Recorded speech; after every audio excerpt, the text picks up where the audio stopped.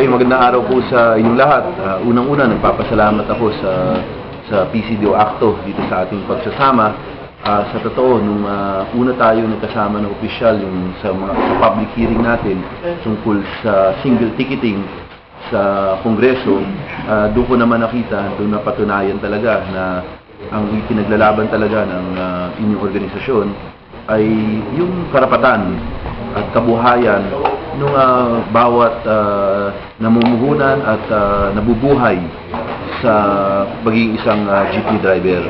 At ako naman sa parte ko, nakakausap ko na si Ka Efren at nakikita ko naman na ipinaglalaban niya kahit na napakahirap minsan nung issue.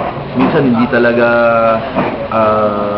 hindi makakampi lahat ng tao, tuloy-tuloy pa rin na nakikipaglaban siya. Sinisigurado niya na yung kabuhayan at karapatan ng bawat jeepney driver natin mabigyan ng proteksyon at hindi lang tumitigil doon. Ang gusto rin nila kaya rin ay lumampas pa doon at siguraduhin natin na yung talang pangkabuhayan pagkatapos nila sa pagtatrabaho ay lalong sigurado.